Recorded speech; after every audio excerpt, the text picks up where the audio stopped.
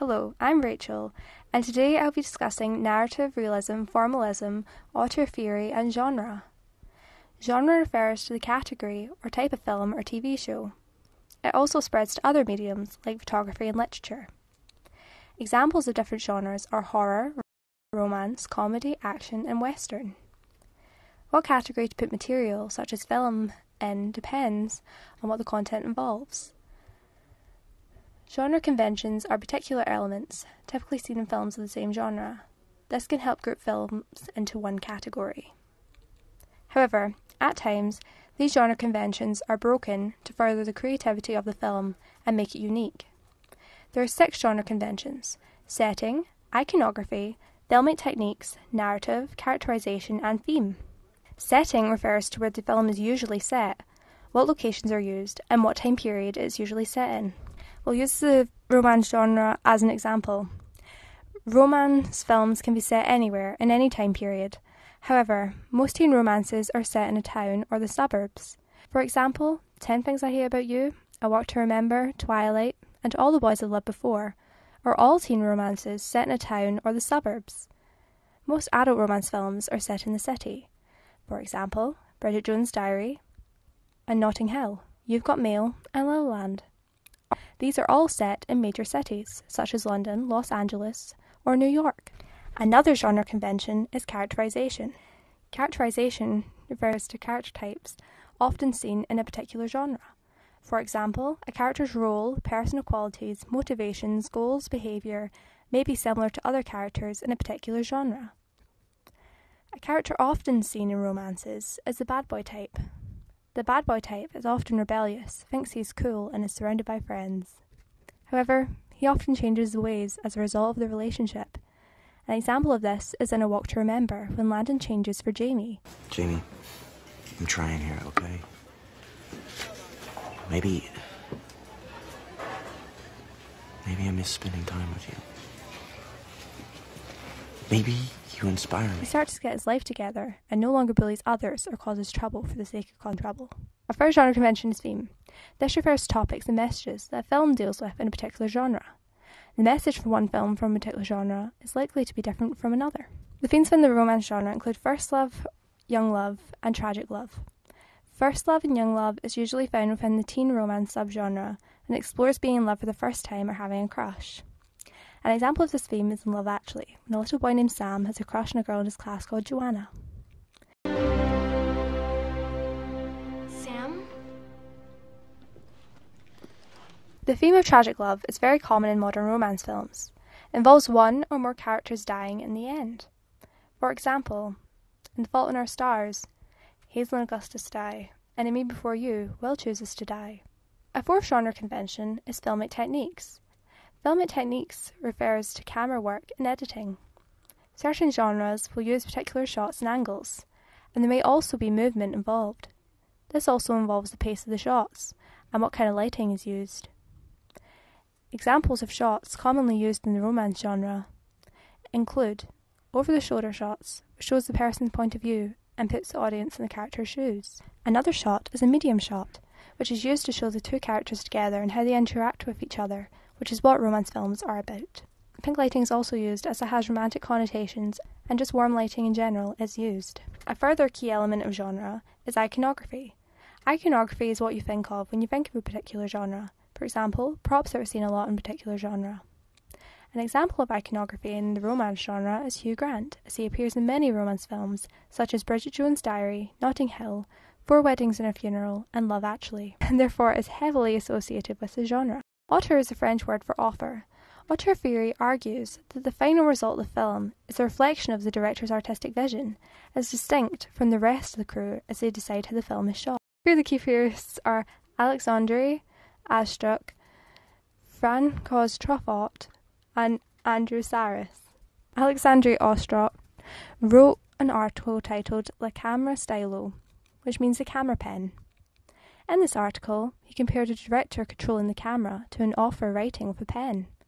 Both use these tools to tell stories. Astruc noted that directors were in the process of developing a way to express their ideas through film. In 1954, Francois Truffaut wrote an article called A Certain Tendency of French Cinema, in which he criticised French films for being stale, unimaginative literary affairs.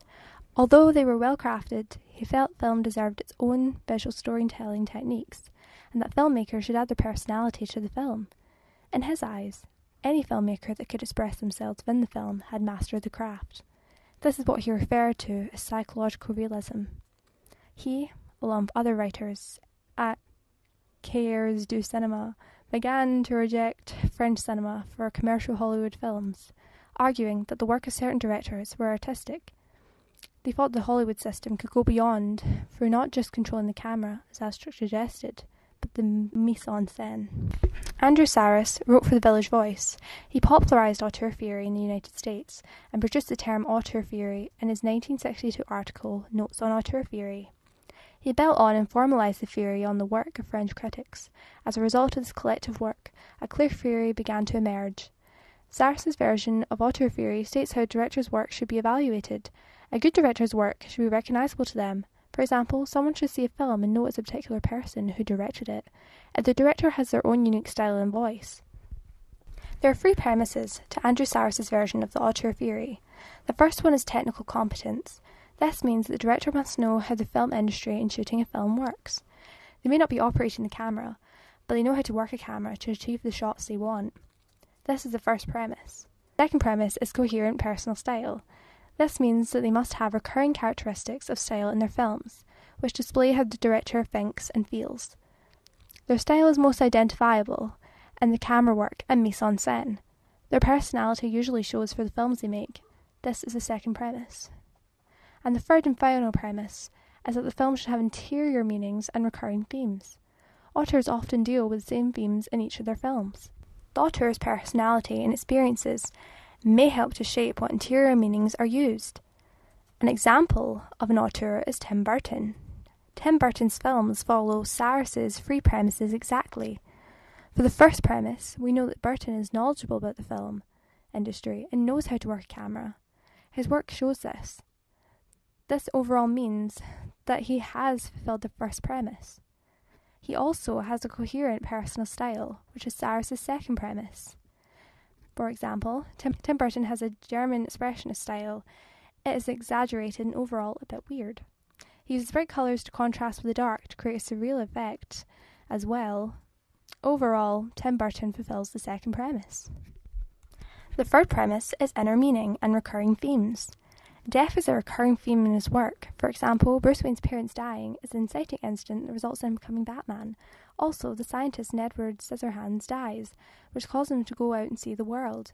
And in Beetlejuice, death means a second chance at life. His characters are usually outcasts or monsters in his films, and many believe this represents Burton when he was a child and teenager who did not fit in. Overall, Tim Burton fulfills all of the premises, meaning he is an auteur. But not everyone supports the auteur theory. One person who does not is Pauline Kael, who challenges the argument in her article called Circles and Squares. She challenges the first premise and states that Sarris himself indicates, when he paraphrases it as, a great director has to be at least a good director. But this commonplace, though sounds reasonable and basic, is a shaky premise. Sometimes the greatest artists in the medium bypasser violate the simple technical competence that is so necessary for hacks. Here, she argues, that sometimes directors must break the technical competence rule to produce great work and to convey their vision. Pauline Kael argues against the second premise. It could even be argued, I think, that Hitchcock's uniformity, his mastery of tricks, and his cleverness at getting audiences to respond according to his calculations, the feedback he wants and gets from them, revealed not so much a personal style as a personal theory of audience psychology, that his methods and approach are not those of an artist, but a prestidigitator. Here, she's stating that it's not all about personality, it's about knowing your audience. That makes a good film director. She uses Hitchcock as an example. She argues that the way in which he makes his films is not meant to convey his personality. They are made the way they are because he knows how he wants the audience to react and how to achieve that. Pauline criticises the third premise, which is about interior meanings and recurring themes. It's amusing and or depressing to see the way auteur critics tend to downgrade writer-directors who are in the best position to use the film medium for personal expression.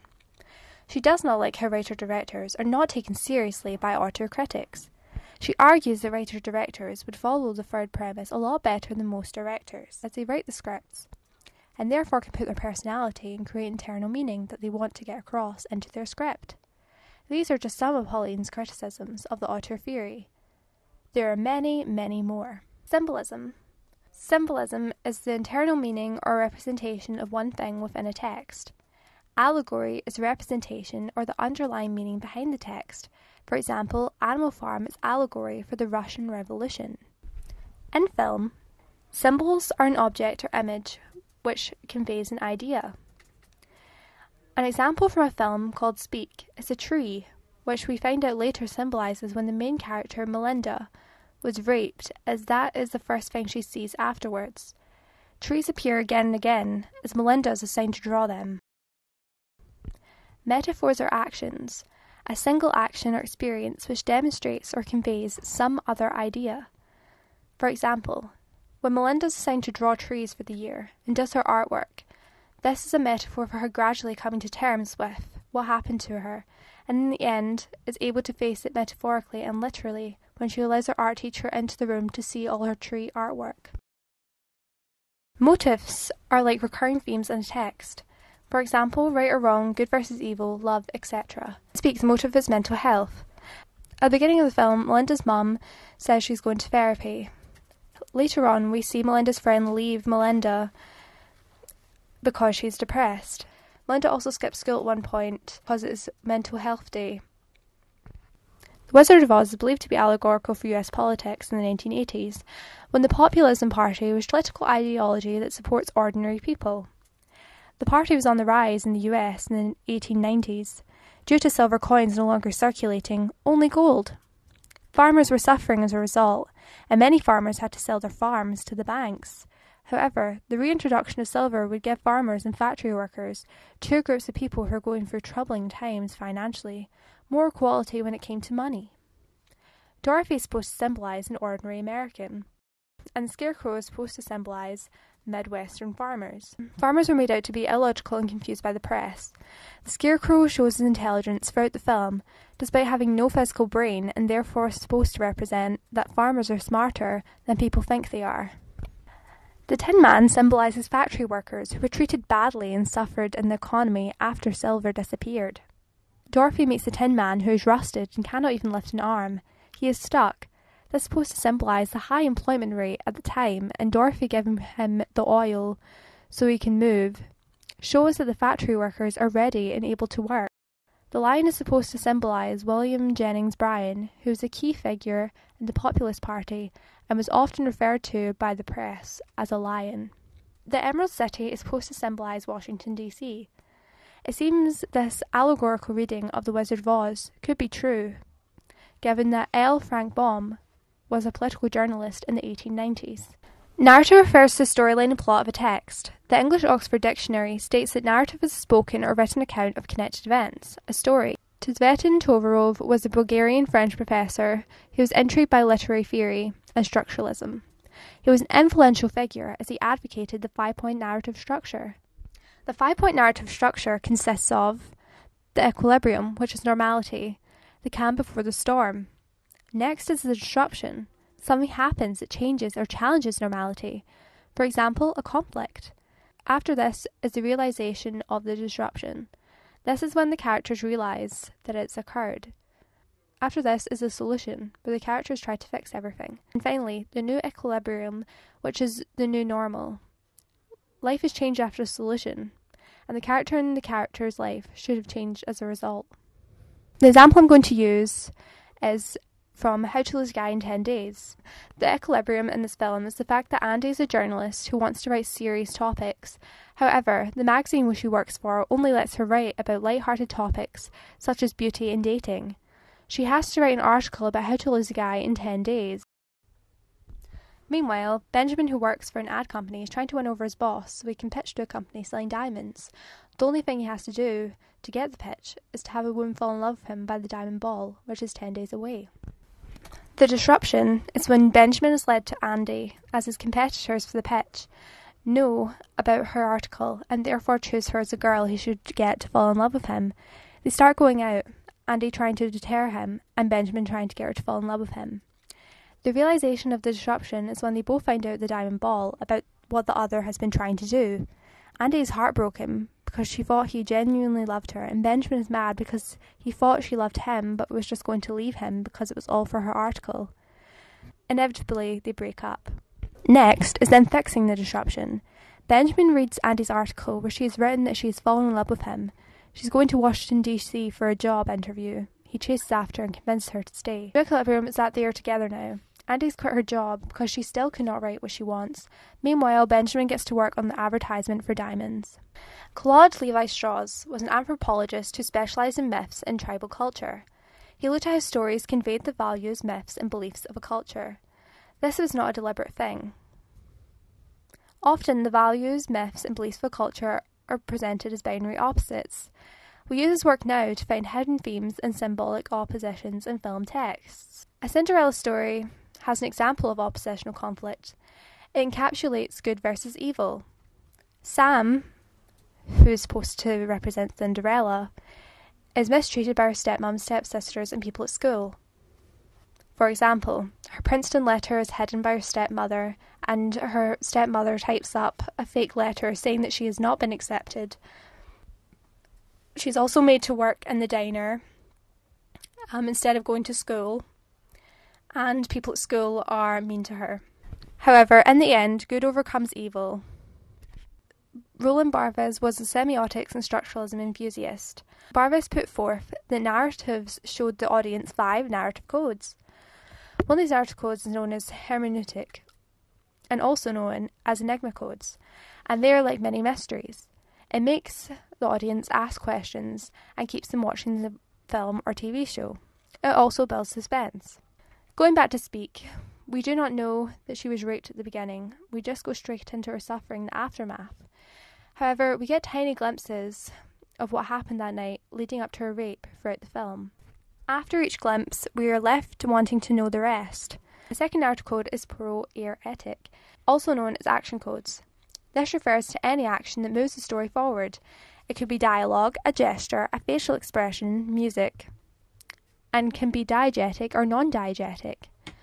When Melinda tells her friend Rachel that she was raped and who raped her, the narrative starts to progress forward. She doesn't believe her at first, but then she does. Her rapist confronts Melinda because she told Rachel. Basically, the narrative moves forward as soon as she tells Rachel. Realism. Realists believe that film, as an art form, is an attempt to capture reality. The camera has the ability to be photorealistic. They believe that it should be kept as authentic as possible, so that the audience can see it for what it is and not what the director wants them to see.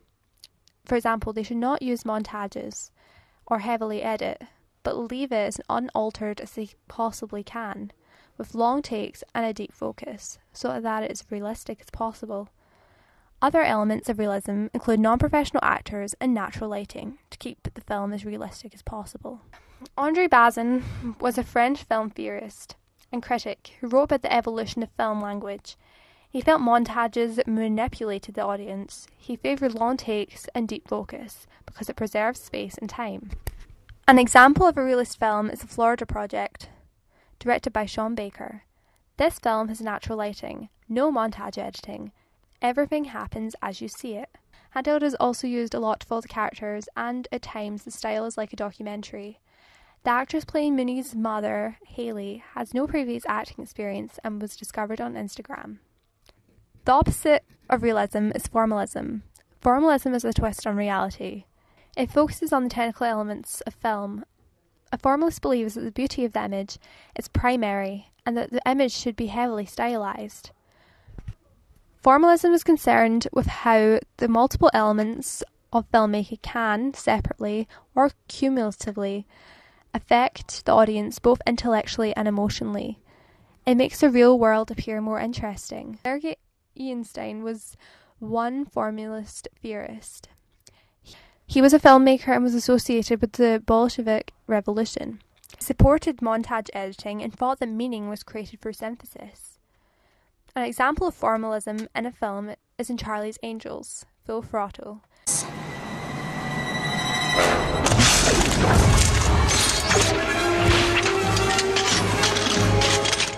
here, music and a slow motion effect are used to make it all the more impressive and dramatic, as Natalie takes Madison's guns.